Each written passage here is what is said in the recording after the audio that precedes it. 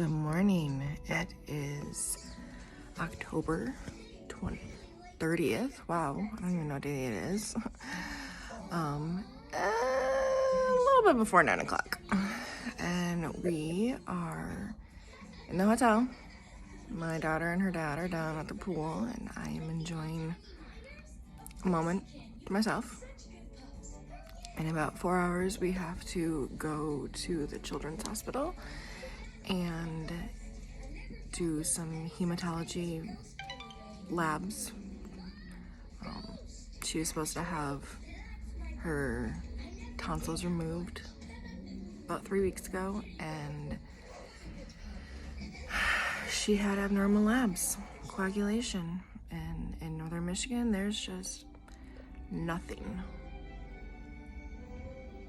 We got sent down to Grand Rapids, so we're gonna be heading to DeVos and meeting with a pediatric hematologist to see possibly what's going on, do some more investigating, figure out why her blood isn't coagulating. She kind of knows what's going on a little bit. I haven't specifically told her, but she knows that she kind of figured it out. A little smart cookie. She figured out that she needs to get her blood drawn, and she's terrified. And she kept telling me, "I'm gonna be strong, Mama. I'm gonna be strong."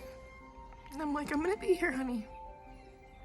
I'll hold your hand just like we did the other times. And it's gonna be okay." She doesn't like getting her blood drawn, and I don't like it either. But what are you gonna do? I mean, it could be family, genetics.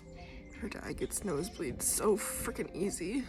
I mean, he just has to breathe and he gets nosebleeds. And the last time he had a nosebleed, he had 8 in 36 hours. The last one didn't stop bleeding until 20 minutes.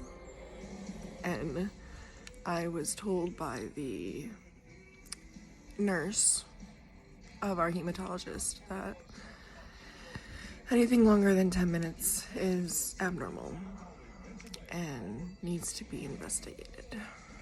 So it could be genetic. I hemorrhaged after she was born, so if it is genetic, it could be me, it could be him. I don't know. So, a little back history. This all started in May when we went to the dentist, and she had some weak spots in her teeth and it was causing cavities. And they basically said we can do it in office, but she's gonna need about 6 shots, or we can go into the ER. And I was like, "You're not even gonna get 1 shot through this kid, so let's just go to the ER or OR."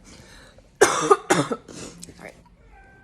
So we got it scheduled for like 2 weeks later, and the hospital that was supposed to do that called me, did the pre-op.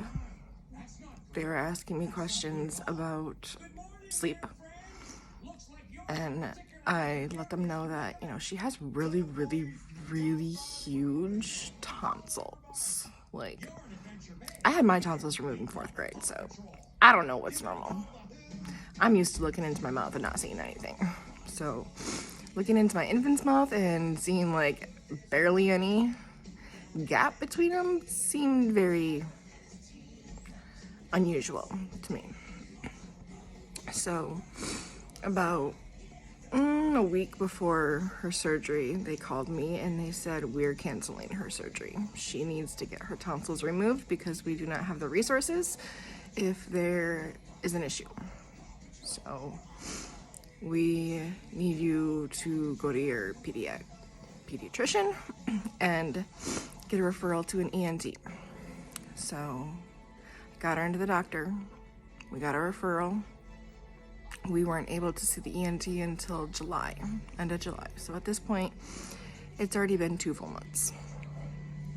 And she knows that she needs to get her tonsils out, and she's freaking terrified. She's terrified. And I keep telling her, you know what? Hey, it's okay. I had my tonsils out. I don't remember anything. It didn't hurt. Afterwards, you get a lot of pudding, you get a lot of ice cream, you get all these like soft foods. It's really fun. But I don't want you to worry. Well, she worried. And she's stressed. And we tried getting her surgery done in August, and we went to 2 different hospitals. We were going to go to 2 different hospitals, and they couldn't get her in until the first week of school. And I'm like, I'm not doing that. Nope, she's not going to start kindergarten and then immediately be out for 3 weeks. Or however long it's going to take to recover. Like, nope, not going to happen. So they got us scheduled for October 10th. And from the time that she knew that she was going to have surgery, she knew the date, she just had so much anxiety. So much anxiety. I mean, she started having accidents, pooping her pants.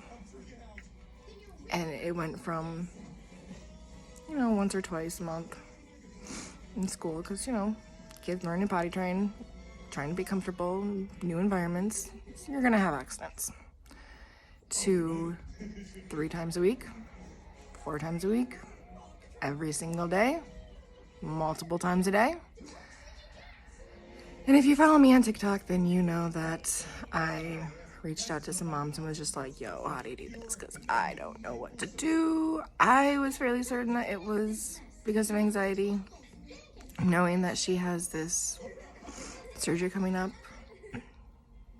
She would always ask me questions about it. She was always freaking out, and we kept assuring her, like, hey, it's okay, you're gonna be okay.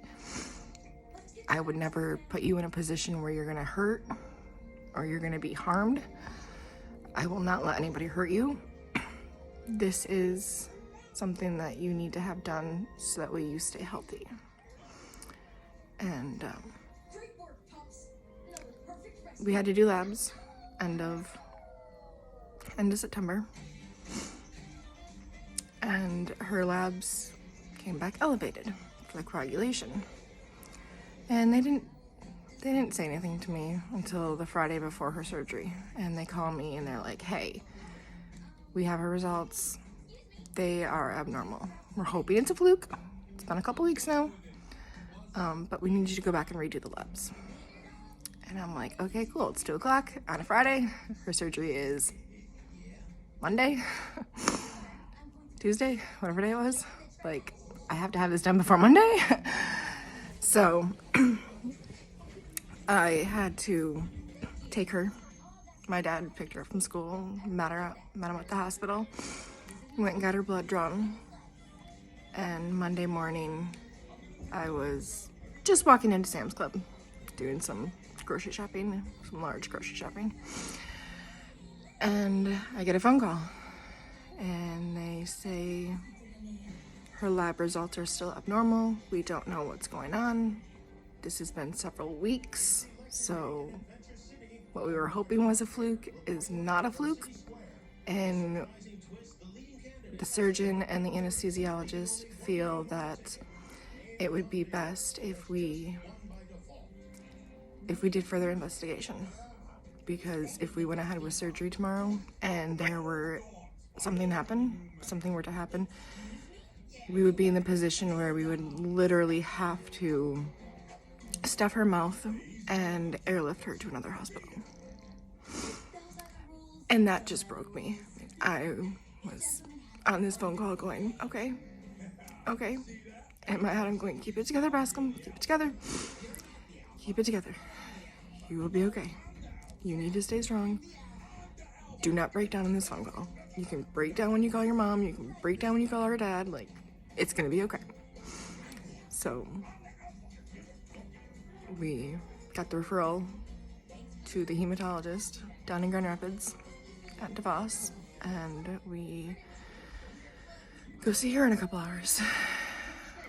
I chose not to tell my daughter about it. I told her that we are coming to Grand Rapids and we're gonna have a fun weekend. That she is not going to school on Monday because she has a doctor's appointment, but we are coming down to Grand Rapids and we are going to go to the pool and we're gonna go to the children's museum and we're just gonna have a whole bunch of fun. And then, oh, by the way, we have this doctor's appointment, but it's gonna be okay. I did not want this doctor's appointment to be the sole reason for this little mini getaway, because I don't want her to associate Grand Rapids with pain and blood drawn and doctors. And so we're here to investigate why her blood won't clot correctly.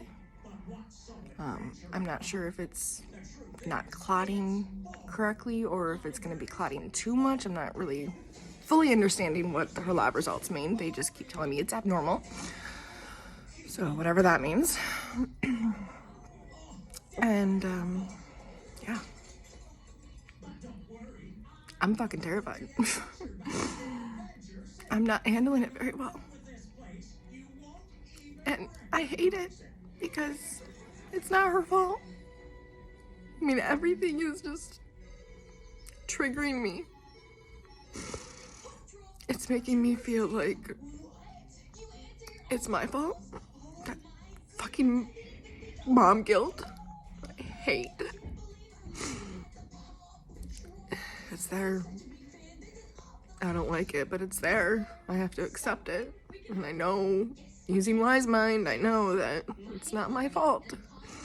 It's genetics or something going on. I want to catastrophize and be like, okay, she's got cancer. This is going to be our new norm. But that's not helpful either. Catastrophizing things is just going to make things 10 times worse. So I'm trying to not catastrophize. I'm trying not to go to worst case scenario and remind myself, okay, this is just an abnormal lab. We are going to a specialist. We are looking at family history. We're running tests. We're going to find out what's going on. And you know what? We'll take it from there, one step at a time. Don't put the cart before the horse. I think that's how that saying goes. And, yeah, so I've been triggered a lot. I've been irritated a lot. I've been putting everybody else's needs ahead of my own. And that's been very, very tough. Her dad has been moving this month, and we've been helping with that. And this month it's just been chaotic, and I don't know what's gonna happen. But I have to stay positive. I have to keep it together for her. I'm very, very lucky that I have people in my life who reach out to me and say, hey, I'm here if you need to talk. Please keep me updated on this. Please let me know what's going on. And I do, because I know those are the people who care. We have an amazing group of entrepreneurs who keep us accountable. And yeah, I mean, the entrepreneurial life is not just business, it's everything, because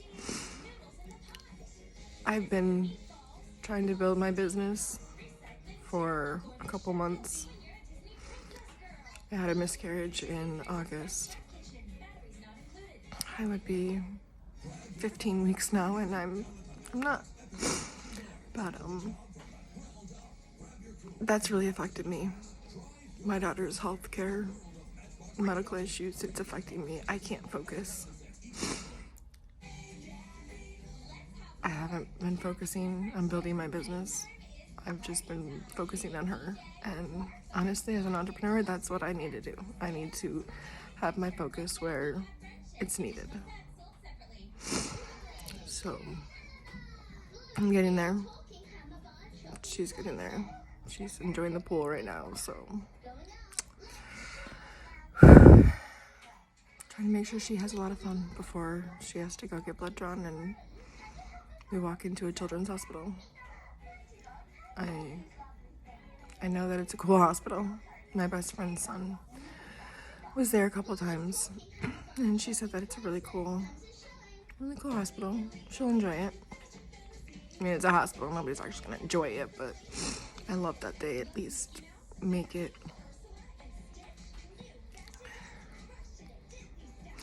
as good as they can for the patients and for the kids. So, alrighty, I am going to go hop in the shower and get this day going because we gotta get checked out of here soon, and then we got some time to kill. And I'm hungry. Everybody else got breakfast but me, so story of a life.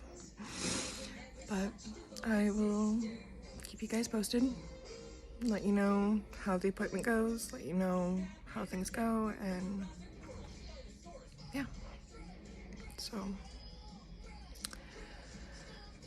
if anybody has advice or if they've been through this, please reach out.